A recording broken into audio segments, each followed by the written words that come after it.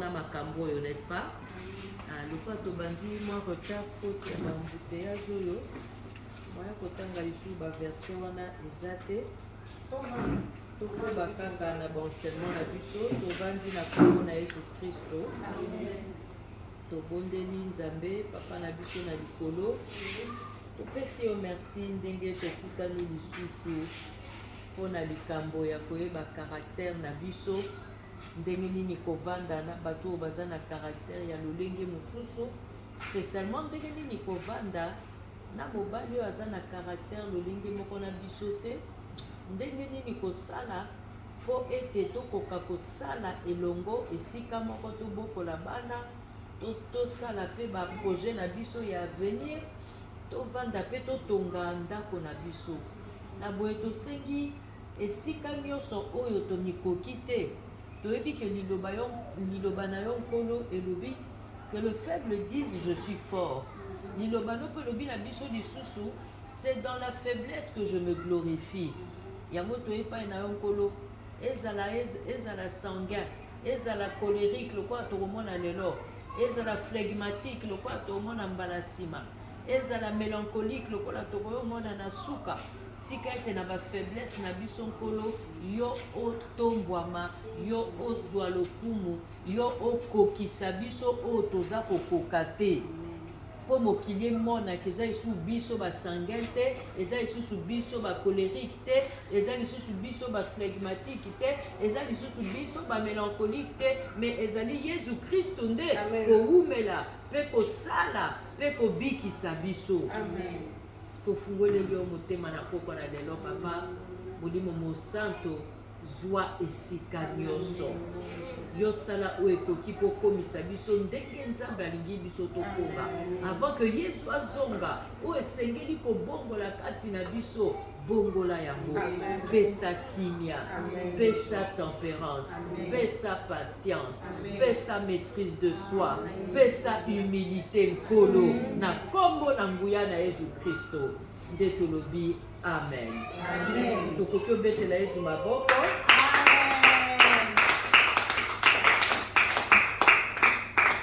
alléluia amen. Donc que signifie avoir un époux ou une épouse colérique? Nini oyelakisi kozala na mobali to mwasi oyo akanda.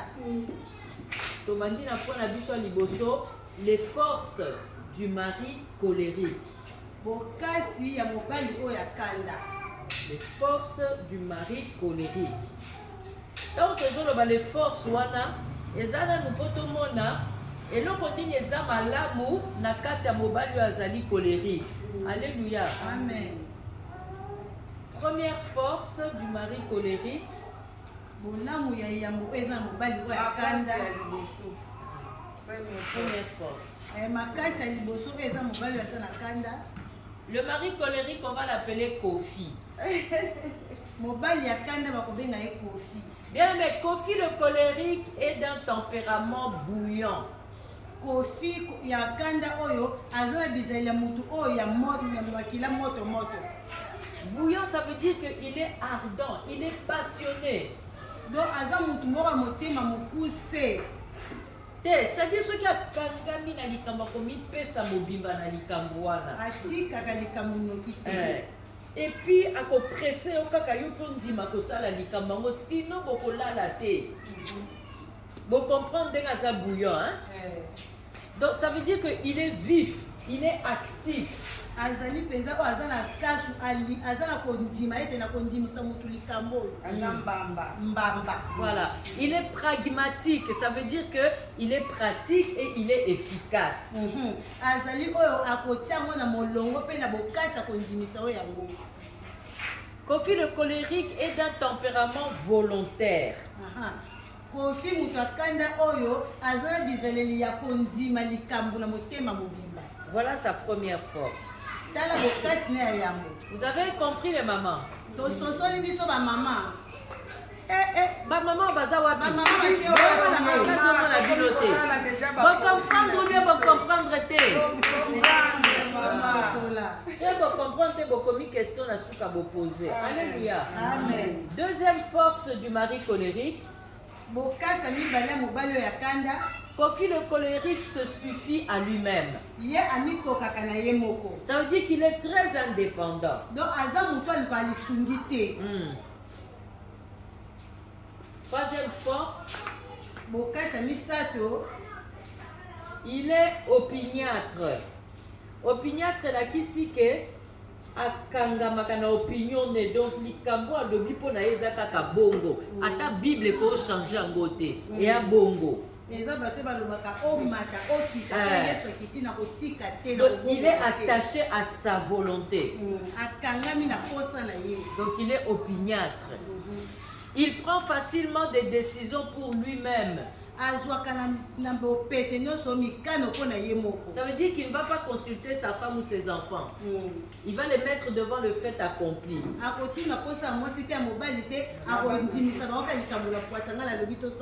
Et il fait la même chose pour les autres. Il peut lui-même prendre les décisions pour sa femme. Il a souvent besoin de prendre les choses en main. Lui-même doit commander.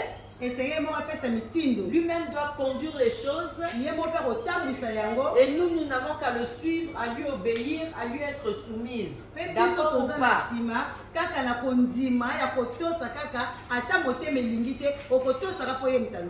Voilà sa troisième force. Quatrième force. Kofi le colérique est extroverti.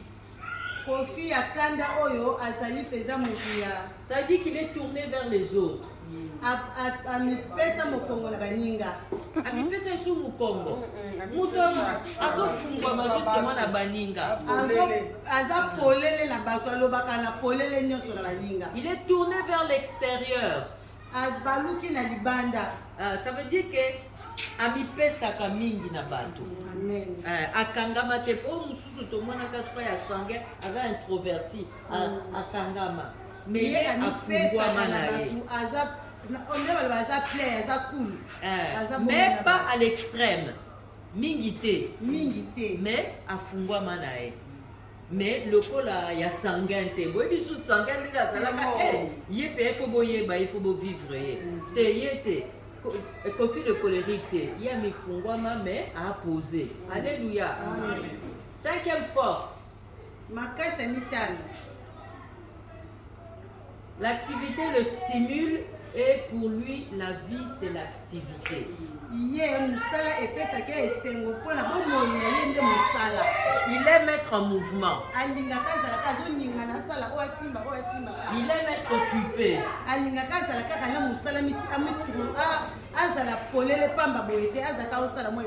Il aime travailler. Sixième force du mari colérique. Il n'a pas besoin d'être stimulé par son environnement.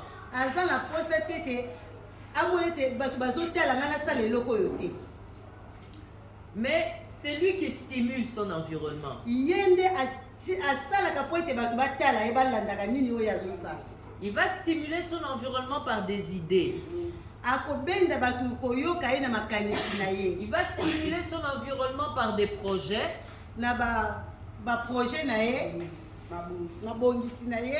Il va stimuler son environnement par des objectifs et des ambitions.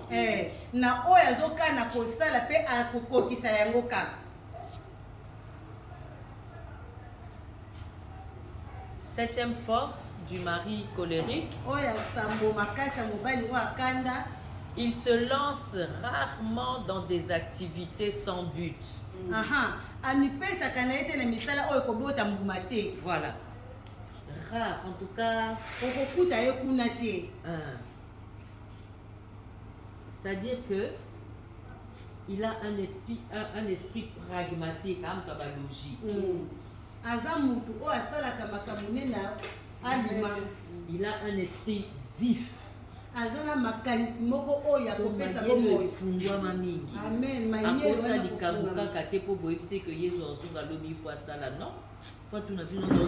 Pourquoi? Alléluia. Amen. Bien aimé, huitième force. balingami oya mwambe bizaleli ya mobali ya makasi. Il est capable de prendre des décisions judicieuses. Judicieuses, il y a Mayel, hein? Il est capable de prendre des décisions judicieuses. Azala makoki ya kozwa mikano na makambo oya bwanya. Il est capable de prendre des décisions instantanées. Azala makoki ya kozwa mikano kaka na mbala kata. Voilà. Et de mettre au point des projets intéressants. Pe na kotia na misala mabongisi oya malamu. Donc vous voyez que c'est quelqu'un d'intéressant, n'est-ce pas? Oui. C'est quelqu'un avec qui c'est agréable d'échanger. Azali mutu aza malamu mingi po bosolola kana bosangisa makanisi. Ça dit qu'il peut être un bon enseignant Akoki kozala pe molakisi malamu qui va nous donner des bonnes idées dans la vie. akopesa biso makanisi ya malamu na bomoi. Ce sont les points forts du mari colérique. Wana mabizaleli ya makasi ya mobali oyo akanda. 9e force du mari colérique. Oyo ya mwambe ya makasi ya mobali oyo akanda libwa. 9e force, donc Kofi ne se laisse jamais influencer par ce que pensent les autres. Ye aza mutu oyo te amitikaka na oyo bato mosusu bazokanisa. Vous pouvez lui donner un bon conseil. Okoki kopesa toli malamu. Mais comme il a déjà son idée dans la tête, c'est son idée et rien d'autre. Lokola aza dana makanisi oyo aye moko ekotikala kaka likanisi ne oyo abino akosalela ngo te. Donc lui on l'appelle monsieur je le connais. Ye babengaka ye tata oyo ayeba nyonso. Parce que pour lui c'est tout. Pamba te mpo na ye ayeba na ye nyonso. Il ne se laisse jamais influencer par ce que pensent les autres. Ye atiaka te na misala oyo bato mosusu bayebisaka ye. 10e force. Oyo azomi makasi na ye. Il prend des positions fermes. Ye azwaka mikano oyo etikalaka obele bongo. Il milite souvent contre les injustices sociales, par exemple. Ye asepelaka te na oyo basala batelemelaka mutu aza na bosolo. Donc, il est vraiment ferme, hein? C'est pas le genre de personne qu'on va corrompre, hein? Il défend ses idées. Et il reste debout tout droit sur ses idées. Il milite souvent contre les injustices sociales.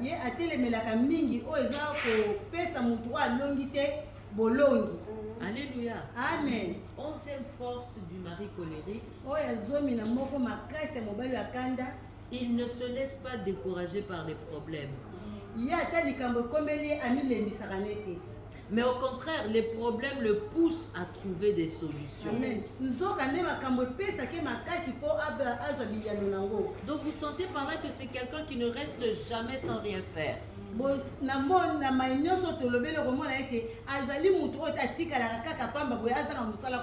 Comme le monde est fait de problèmes, lui il passe sa vie à essayer de trouver des solutions. C'est-à-dire que c'est un mari très nécessaire à la maison. On a besoin de lui. Alléluia. Amen. Sa 12e force, c'est qu'il est tenace. Il réussit souvent là où d'autres ont échoué. Pourquoi? Parce que les autres se découragent et abandonnent. Tandis que le colérique va résolument de l'avant. Résolument. Alléluia. Amen. Akendeke liboso ti akosilisa likambo wana. Amen. Akotika te soki akomite. Alléluia. Amen. 13e force. C'est un leader né. C'est un leader né et dans le monde des affaires, on le qualifie de leader né fort. Na oyo etani kosala misala bapesa ye kombo ya oyo abotama mokambi ya makasi. Bomani ke mutu abongo azomérite respect, sikoyo nyonso opesi respect te nde sikoyo oyeba eti. 14e force. Il poursuit des valeurs utiles et productives dans la vie. Amen.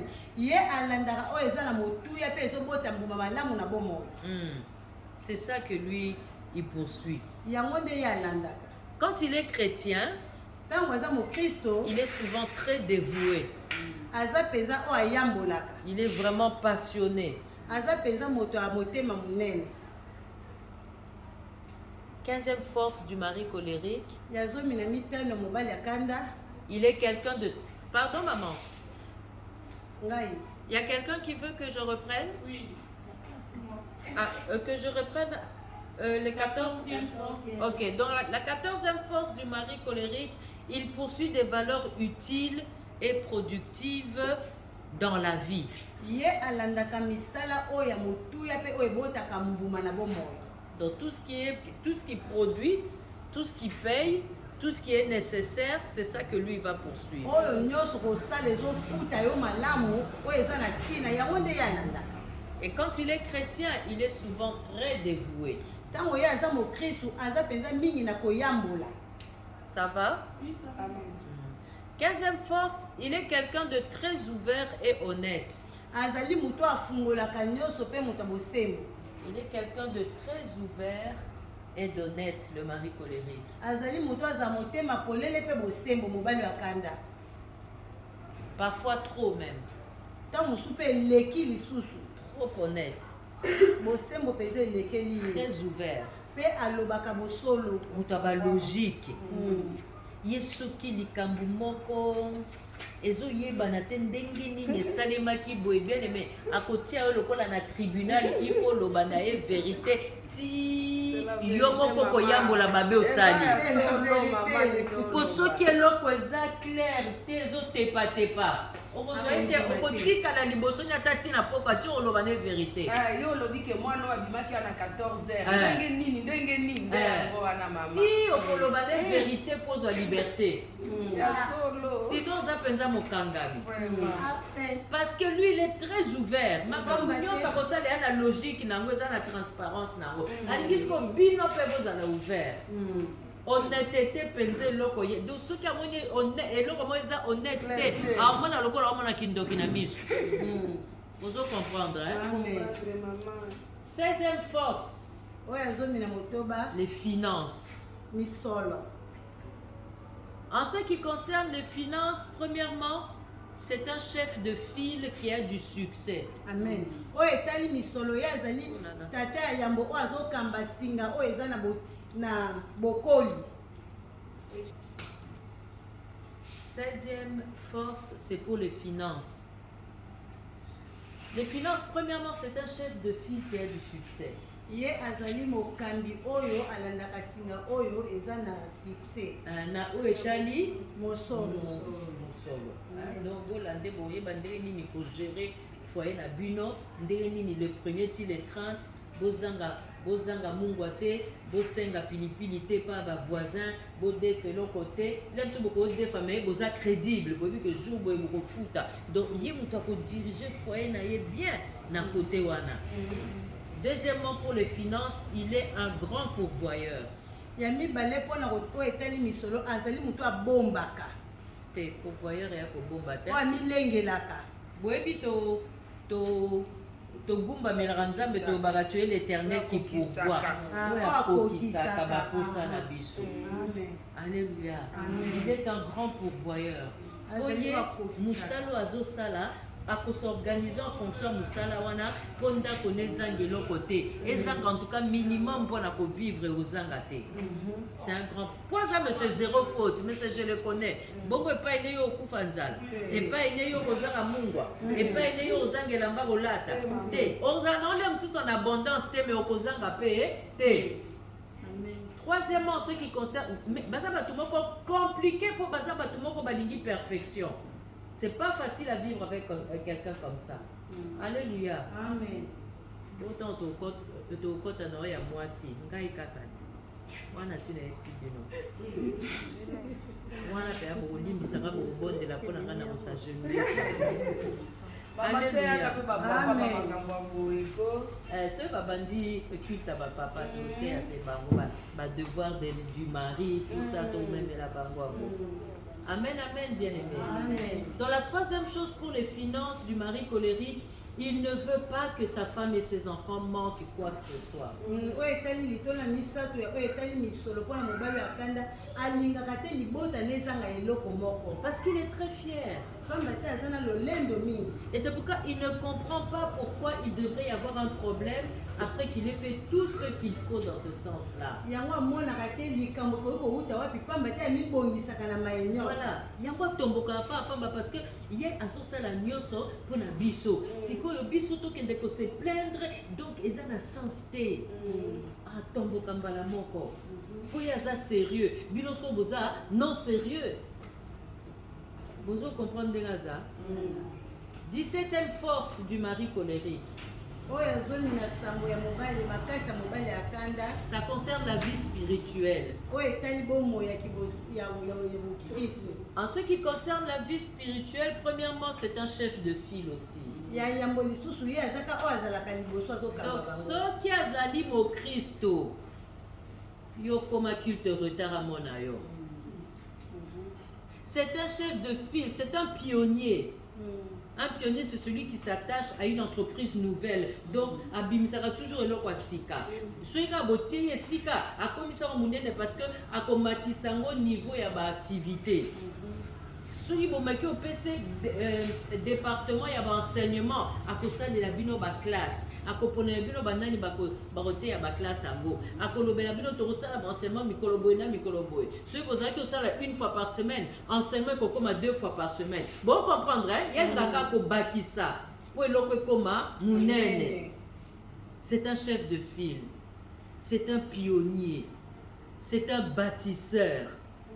Ye soki okonfie ye eloko wana ntango oyo okuta yango mbula nsima ezala esu ndenge otikelaki yango te. En ce qui concerne la vie spirituelle, deuxièmement, il travaille dur. asalaka mosala makasi. Il travaille dur. Ceux qui biso babengaka biso mpona nuit de prière, hier badobengisa biso mpona baveiller. Ceux qui okendeki 2h, 3h du matin, hier omema biso ti 5h, 6h du matin. Il travaille dur, bien aimé. ye asalaka mosala makasi. Ye penza na département dans ceux qui ba don spirituel et bimate, ya ko pikola ba don spirituel au prophétiser. On va parler en langue naïe parce qu'il travaille dur. Troisième chose pour la vie spirituelle du oyo mari misaki colérique, mpona bomoi ya bonzambe ya mobali ya kanda il a tendance à croire davantage en ses propres forces qu'en Dieu. aza na bizaleli ya komindima nanu ye moko na makasi na yeke andimela nzambe. C'est-à-dire aza bato basalaka mosala nzambe na bonzoto na mayele na expérience oyo aza nango na mosala. Mais moto aboyi fo kobondela mpo na ye mpo molimo ne ekutana na molimo mosanto mpo esala mosala malamu. Alléluia. amen. 18e force du mari colérique, yazoni na mwambe bizaleli ya mobali ya kanda c'est la dernière force, c'est ce qui concerne l'engagement. oyo eza mpe litono ya suka oyo ezotalela kondima likambo. 18e force, c'est l'engagement. Premièrement, pour l'engagement, il est très engagé. oyo etali kondima likambo ye vraiment alingaka C'est un misala. mari qui n'abandonnera jamais son foyer. azali mobali oyo akosundolaka mokolo moko te liboda na ye. C'est un mari qui fera toujours ses devoirs envers la société. azali oyo akosalaka misala na ye oyo ezosenga na ekolo. Deuxièmement, pour l'engagement, le mari colérique est tenace. oyo etali lisusu bizaleli oyo ya kondima mosala ye mpenza asalaka yango na motema mobima. Donc, akangamaka penza na likambo azosala. Ce qui lui permet de réaliser des choses parce qu'il est tenace. amen. oyo ezopesa nzela kokokisa oyo azokanisa pamba te akangamaka mpe na likambo azala mposa kosala. Même lorsqu'il n'est pas doué dans la matière. ata aza mpenza moto ayebi mosala na malamu Mais te tellement il insiste, il est tenace, lokola ye alinga kaka ayeba tingamaka que ça marche. yango nde bizaleli na ye Que ça marche. mpo ete etambola. Il est tellement tenace que l'affaire va marcher. adimisaka mpenza makasi atingami ete eloko mpenza ekokisama. Même s'il n'est pas connaisseur en la matière, mais il est tellement... C'est la ténacité là qui va faire en sorte que la chose là, ça ata marche. mosala na yebi yango te akomipesa mpenza kosala yango malamu mpo ete eloko wana etambola. Alléluia. Amen. Nous entrons dans notre deuxième point, tokota litone biso ya mibale les faiblesses du mari colérique. botau ya mobali oyo akanda Les faiblesses du mari colérique. botau ya mobali oyo akanda. Bien aimé, la première faiblesse de Kofi le colérique, c'est que ses émotions sont l'aspect le moins développé de son tempérament. litono ya yambo ya mobali oyo akanda ezali makambo elekelaka ye elekaka mpe makasi na ye ndenge tomoni bizaleli na ye. Okay. Ses émotions malekelaka ye sont l'aspect le moins développé de son tempérament. Donc, ata azana mawa matanga mamani akufi bomoni azotangisama ya misu te mais mawa etikali na kati. Ses émotions sont l'aspect le moins développé de son tempérament. mayoki na ye nyonso ezala ya pasi to ya ndenge nini bokomona ngo na misu boye te. Kobomba ba émotion na kati ya motema, est-ce que ça bien pour la santé? eza mabe makasi. Ezaka bien te. Et sa deuxième faiblesse, mpe botau na mibale il ne compatit pas facilement aux problèmes des autres. ye akabolaka pasi na bato te. Akabolaka pe pasi ya bato te. akabolaka mpe pasi ya bato te ayeba akabolaka Il ne compatit pas facilement aux problèmes des autres. akotaka likambo ya bato te. Il ne montre ni n'exprime pas naturellement sa compassion. alobaka te ata emawa na likambo ekomeli mutu ye amonaka aboya otalaka na miso. Alakisaka nete kaka na mawa. Alléluia. amen. Troisième faiblesse, botau ya misato il est souvent embarrassé ou dégoûté par les larmes. ye aza moto oyo asundola mpinzoli to moto ayina kobimisa mpinzoli. C'est-à-dire ayina pe bato babimisa pinzoli. ayina mpe moto obimisaka mpinzoli. Donc yo mwasi na ye soko okanisi ntango azogaze yo obandi kolela okanisa oyokela mawa bongo tulu. Au contraire, en banda kutoloba no makambo plus dur encore. Koloba blessure.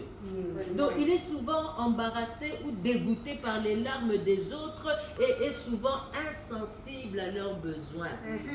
aza motu oyo ayokaka ne pasi ya motu te ozoka pasi do ezolobela eloko te donc esalaka ye te pasi na motema nde oza motu ayoka pasi yo mpe esali yo pasi ye kuna etalaka ye te. Ye soki yo mipesaka ntango ayokaka posa na yo me mokolo yo koyoka posa na ye soki ekutani kaza na baproblème ne azwaki na bureau aza na basusi ne ya baaffaire na ye aza na makambo ne mosusu na mutu bien aimé soki alobi no non ekosuka kaka na non wana osilisa posa noka yo moko ayoki yo mawa te aza insensible na babesoin ya baninga ye eza ye nde yo nde il faut kipe ye mais ntango ekoma tour na yo ebela makambo nga nasalelako na ntongo olie te olataki te nafutelaki yo transport te natikeli yo mbongo ya biloko ya kolia donc akositeli yo bolamu na ye nyonso po tike tranquille omonaka ya mobali ya bien mais yo mona motema oyebike te mobali oyo c'est pas kazali aimable aza nde mosungi wi asungaka ngai me bolingo mpenza eza te sikoyo baoloba na bato ya te mpo bato baomona makambo nyonso asalelaka yo olobaka bango kaka mabe na nini bozomona esika jeu ezali il est souvent embarrassé et dégoûté par les larmes des autres et est souvent insensible à leurs besoins. atalaka oyo ekomeli motu te mpe atalaka te posa ya motu donc asala oyo eza posa na ye. Quatrième faiblesse du mari sanguin, pardon, du mari colérique. bizalela minei oyo ya botau ya mobali oyo akanda. Il apprécie peu la musique. alingaka miziki kaka mokie. Il apprécie peu les beaux-arts. atalaka bikeko kaka mokie biloko ya kitoko. Sauf s'il est mélancolique. kaka soki ameli. Mélancolique eza bato bazalaka mawa mawa. O balinga pe bayokelaka bango mawa. Donc soki aza na état moko oyo peut-être mwasi achoke ye bana manquer respect ekazwi moyen ya kotomboka te mpo olia mosusu baya liboso ya bato be liboso ya babokilo. Donc c'est quoi kozala mélancolique. ameli kanda na se na ye. ameli kanda na se atie lokola mawa likolo ya kanda wana. Alors na ye wana mpo alakisa ke aza bien te oyokeli ata mawa nde oyokeli mosu abandi oyoka mwa miziki moko ya adoration ya malembe donc miziki ya mawa ko ou bien abandi kotala mwa badocumentaire alors que ya mesana ne kaka na bajournal parle na biloko moko ya bongo me omoni azotala makambo atalaka te omoni azoyoka miziki ayokaka te ça veut dire likambo eza wana po alingaka biloko wana te. ayena bizaela sika. 5e faiblesse, botao ya mitano. Kofi le colérique, sa plus grande faiblesse est la colère. Kofi moto akanda oyo eza botao na makasi ezali mpe kanda. Donc sa plus grande faiblesse c'est la colère. Botao na makasi ezali mpe kanda. Ye moto akanda. Soki akangeli okanda pika pende po dekanda ye. Pika pende po longola ye kanda. Po azalaka rancunier. 6e faiblesse. Botao ya motoba. Les colériques sont des personnes extrêmement hostiles. Bato ya kanda bazali peza bato oyo peza hostile. Bato lolendo. Aha. Bato bayambaka bien te. Ça veut dire ata azane na kanda te. Hostile elakisi oye na ndaku na ye olobaki na ye te. Ote nayebisaki mama vieux bombasse. Nayebisa mama nikoya mama bino yebisa nga te. Faut kolobaka soki oyo na ndako ya bato. So alobi no na mnoko te ofaire sentir yo depuis afungolelaki yo porte. Aokipe ata yo te. Ata koloba no vandaka sizela mama te. Aokipe yo te otala livre ne otala télévision ne donc problème na yebi yango te parce que jamais bayebisaki ke yo ozoya lelo. Les colériques sont des personnes extrêmement hostiles.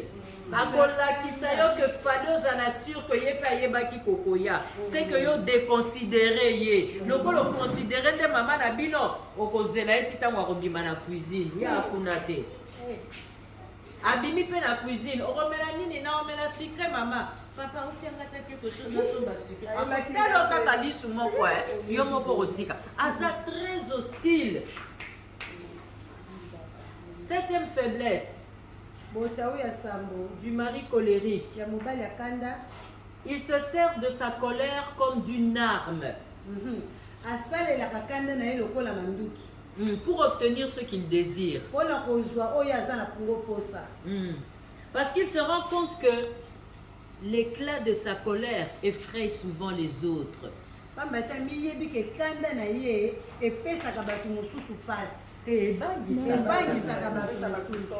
Alors ko muto tosa ako utiliser kanda na ye.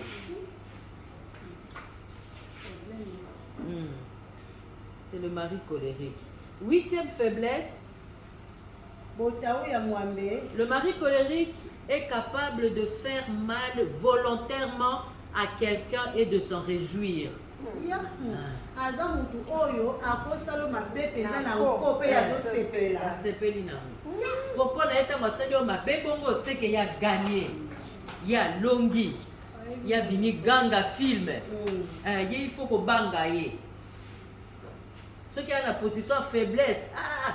Nde asepela to mona komi koyoka ba musique ya ba rouleau Iglesias. Ya ba akomutana mwa bikeko mwa kuluzu wa Yesu. Soki yote okufela kibiso na kuluzu papa. Yo landaka makambo nzambe yo. Mais wana po a essuyé moi échec. C'est ça le mari colérique. 9e faiblesse. Sa femme a souvent peur de lui. Et il a tendance à terrifier ses enfants.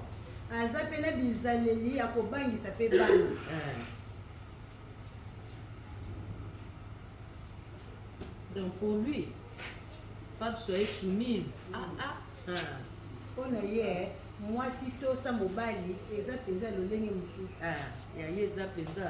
Moi si zala mumbwa mobali. 10e 10e faiblesse, bizaleli ya zomi ya mobali oyo ya botau il est du genre à claquer les portes, azali bizaleli ya bato bafungola babetaka ekuke à taper du poing sur la table ya kobeta likofi na bisa bu et à klaxonner quand il arrive à la maison. mpe ya kobeta pipipipipi na mutuka so akomi. Donc, quiconque se trouve sur son chemin, mutu nyonso akozwama na nzela na ye, quiconque l'empêche d'avancer mutu nyonso akoluka apekisa kokende liboso na ye, et quiconque n'atteint pas le niveau de performance qu'il attend de lui oyo nyonso akokóma te na epimele oyo azozela va faire les frais de sa colère. ye mpenza akozwa mbano nyonso bakanda na ye. Donc, kemba na bato ya misala na moto ya ndenge wana. Il y a que se comporter dans le col en attendant mon bout tout donc ton sala à sali mbeba le msusu apasoli kaka vert ou bien moi na zoki po batika ki na moi na boromona ali moi pendant 3 jours à na prison à mabele. Po alingi performance makambu nyonso ezala plus que parfait. ndenge ye moko asala yo kosalaka bongo Aza bato ozosola na ye osappuye na mur andako kosappuye na mur te obebisa pembe ya mur. Faut makambo ezala donc yeso ozosola ne ozobanga yo moko parce qu'il faut zala parfait.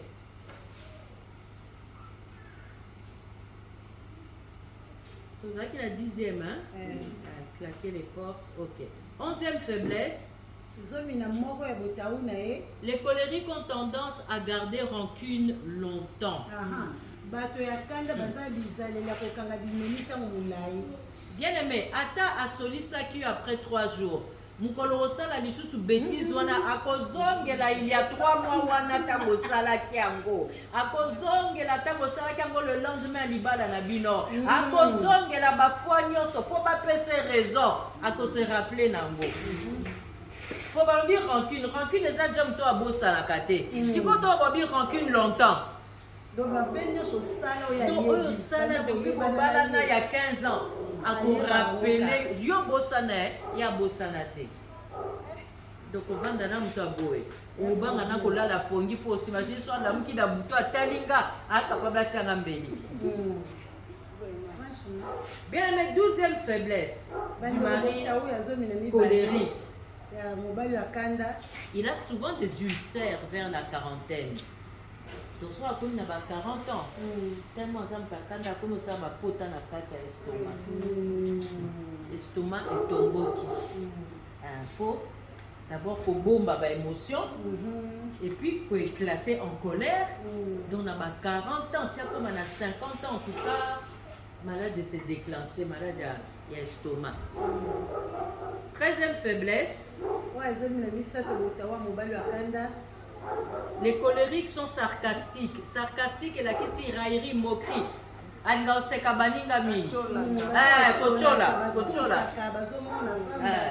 Les colériques sont sarcastiques. Ils peuvent faire des remarques très critiques.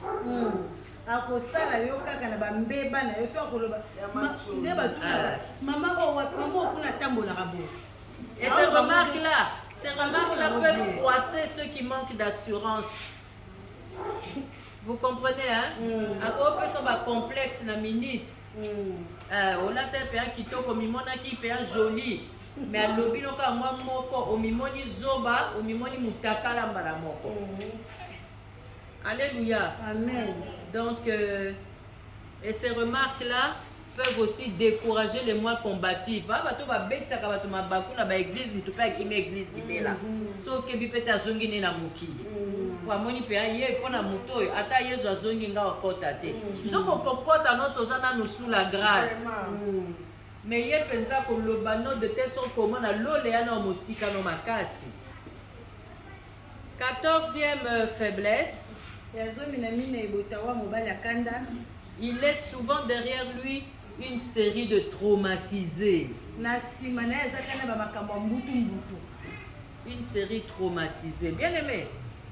Na viva na papa moko abongo. Na ebisi bino ntango tokabwanaki na papa wana na reprendre musala o nazalaki kosala avant na bala po na récupérer mon assurance na ngai. Po na mimonaki ntango na bimi na libala na mimonaki mpenza traîne assez. Mais bien aimé, na bossa na makambo ebele, mais eloko etika na nga na mutu. Tango ba client esika nazo sala bazo loba na nga, madame vous êtes belle. Nazo tala ba on dirait na yebisa bon mais ozo mona te papa. Belle à nini. Na yebisa beaucoup mais c'est pas possible monsieur, je suis encore en train d'allaiter. Non mais ça non mona libelle. Tellement na remercie mona libelle na basi ba tsaki na mutu na nga yona bana misatu mobali nini ozo liseso. Donc quoi que bisanga na lobola ndako nete. Alléluia. Amen. Donc il est souvent derrière lui une série de traumatisés. La comment qui traumatisé?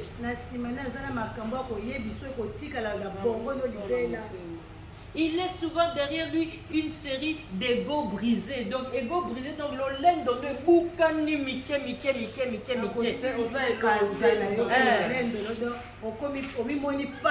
Yo motoza susu na yo te okoma mimona lokola zoba, okoma mimona lokola nyama, okoma mimona lokola incapable kaka pona mobile ya colérique. Ego ne komi brisé. Pourquoi? Parce que les autres tempéraments, sanguin, flegmatique, mélancoline, donc fouka makalibosa traitement au yapé sakabango. Vous comprendre, hein? Donc mutabongo. Bien aimé, il faut pas que vous en sagesse en Nzambe puis qu'au bon de la mingi pour en vivre dans mutabongo. 15e faiblesse. Il est le plus affectueux de tous les tempéraments.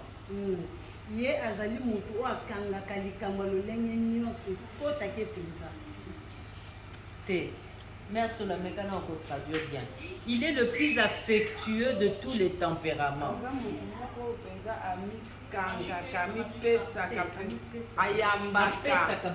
Il est le plus affectueux. Oui, ça veut dire soit que vous avez une banda yanda kune okoyeba te. Soit que vous avez une banda oyebi bien te oko vanter ye. On le ba mobali malamu, mobali responsable, mobali azokipe moi sine na bana na ye, mobali azonga kaler na ndaku, okokute na ba boîte de nuit te, okokute na nyango te azomela masanga. Il est le plus affectueux de tous les tempéraments. Et la pensée de devoir se montrer affectueux en public le met émotionnellement mal à l'aise.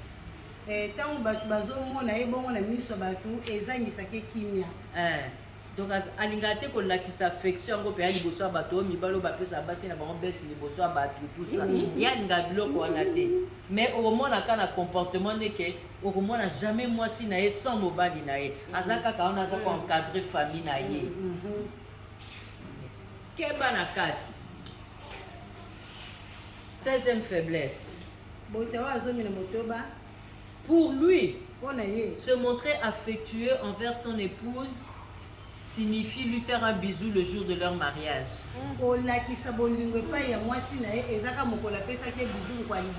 Après, il lui fera encore des bisous après 5 ans d'anniversaire de mariage.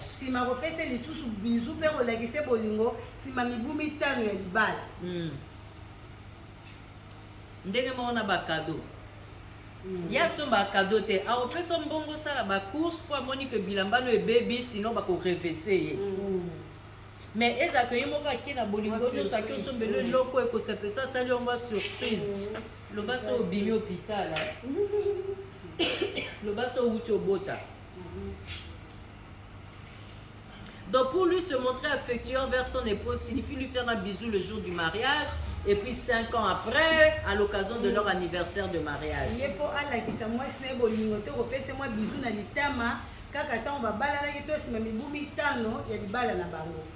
Aza mibali oso boza na relation na ndako libala donc ba préliminaire ezalaka pesa important te pona ye po ye posa ne kaka a assouvir posa na ye erwana.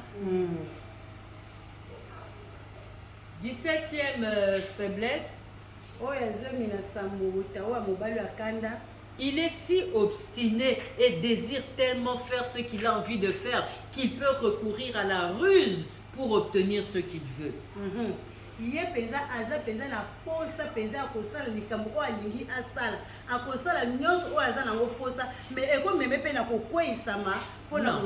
Non, c'est-à-dire il est si obstiné et il désire tellement faire ce qu'il a envie de faire qu'il peut recourir à la ruse. Donc Maël est ma bé, à manipuler comme Messika alingi akoma, à manipuler. Amoni koza Maël mingi.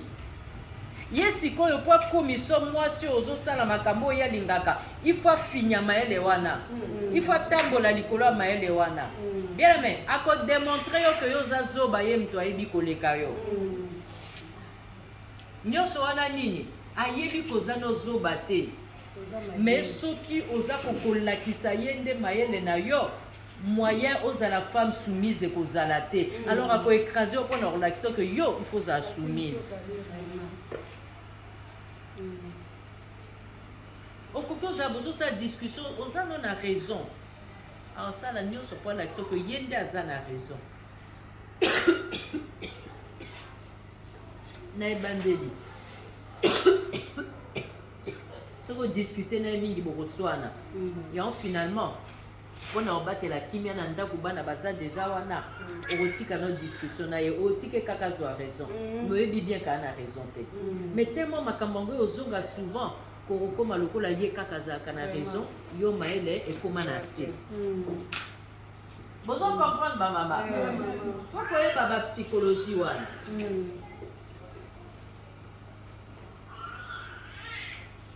Alors 18e faiblesse, ça concerne les émotions.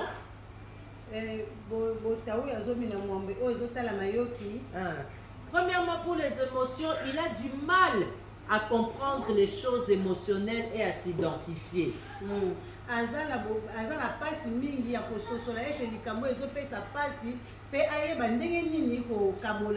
Yango tozo lela liboso ne yaza kunate. Aoko bane ko ba makambo ezo salo passe. Parce qu'il a du mal à comprendre les choses émotionnelles. Mingi zakabano ba vivre na papa na maman bazalaki déjà séparés, bazu penza affection à ba parenté. Vous comprenez? Moi pe ba pesa yo affection ezate. Oui, ça c'est faut ba eba nzambe. Faut bolingwa nzambe nde et ko sala ke ba renaître na mitema na bango.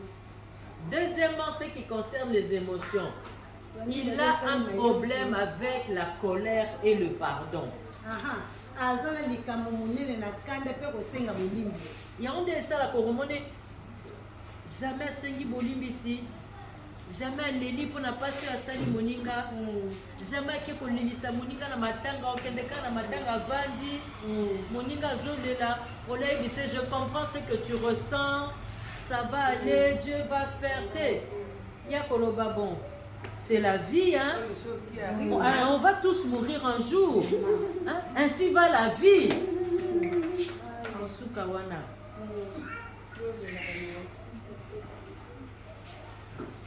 19e faiblesse. Il peut se retrouver à penser davantage en termes. Donc, à Kanisaka Mingi, Makambo ya Sali. Il peut se retrouver à penser davantage en termes de ce qu'il a accompli plutôt que la grâce de Dieu.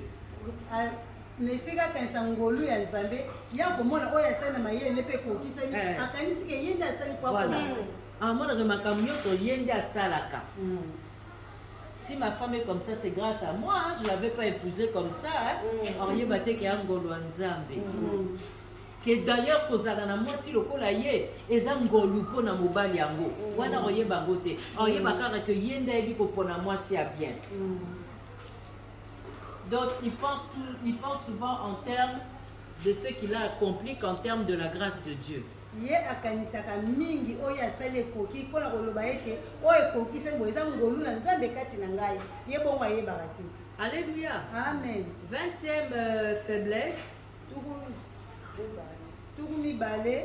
Il est susceptible de se montrer dogmatique. Dogmatique est là qui si muta za ko exprimer ba opinion na ye, mais la façon moko ya ki mettre ya ki autorité. Donc opinion sous ses até kaka ya ye. A kosa la débat na yo liboso bato débat na ba camarade na ye ti baba oh wana botike to si to yeba je le connais. Donc dogmatique et ça peut exprimer votre opinion d'ailleurs, mais d'une manière impérieuse et d'une manière tranchante. Donc ça kaka bongo.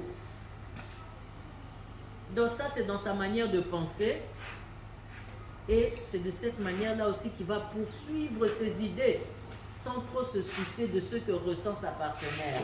Voilà le lien na makanisi. Peka ka bongo rotina makanisi na akokanisa te nini oyo ezotungisa molinga mina. Ça veut dire à kokyo pekisa yo mwasi ne kokende kotala ba parents na yo une fois par semaine. Alors ba dukata jour moko na sanza, il faut s'occuper na ndako na bala yo pamba te. Mais azomona te ke zo sala pasi. Lokwa dans la beauté moi na nga liboso. Na maman falaki mama nanga leki ya kosala wakene aboya ko mama leki ya kana tongo asukoli mwana akei soki osukoli na pokwa aya disu na pokwa mais muta vandela nga na ndako wa en tout cas moyen te ça pourtant moi nazalaki na chambre ne à part na biloko ne nyonso na kati ya chambre donc alingaki na déranger biso te mais aboyi vous allez comprendre, hein? Et ça n'a pas si peu, ça la bienté na famille nangai. Et ça la bienté donc famille nangai comme on va ba interdire zali, ko ba na ndako na biso. Donc il y a on est toza hostile. To komi hostile, to lui amba batute. To tia batu mal à l'aise na ndako.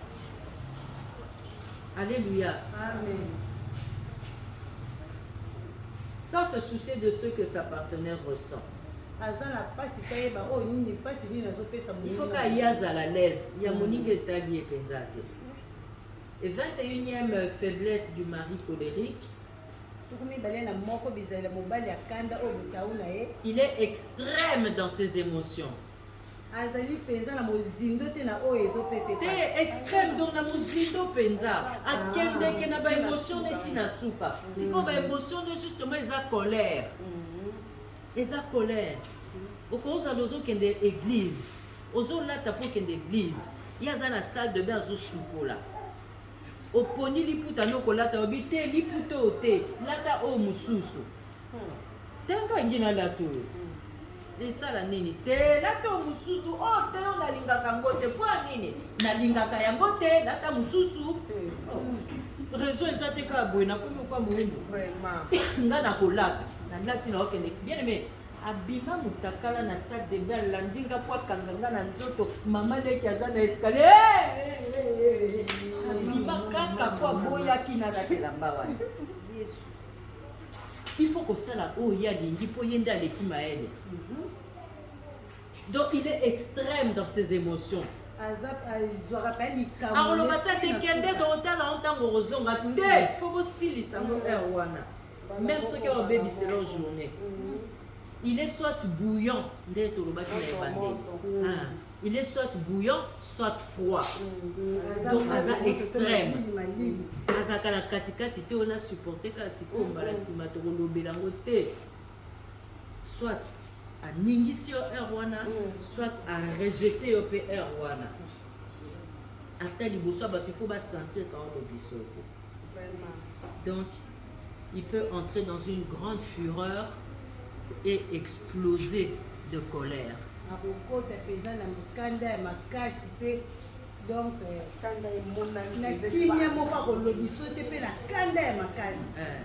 Alléluia. Que Dieu vous bénisse, les mamans. Amen.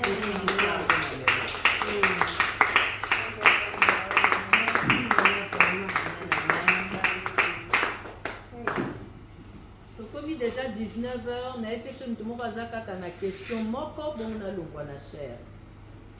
Maman si vous so okuta na mukabongo. Pour ça la ndeni pour vivre n'état en mulai. Le sambo kaka. Maman le sambo. Le sambo. Na koyeba ye, koyeba ko arrêter la vidéo.